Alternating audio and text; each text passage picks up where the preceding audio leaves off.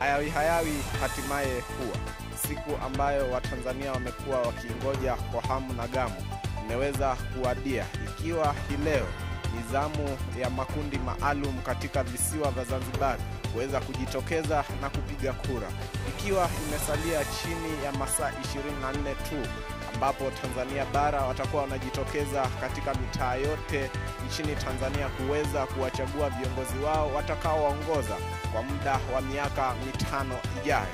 Wananchi wamekuwa na hofu kwa serikali kuu kuhusu uchaguzi huu ambao umeweza kuandaliwa, wakiwa hawana imani nao.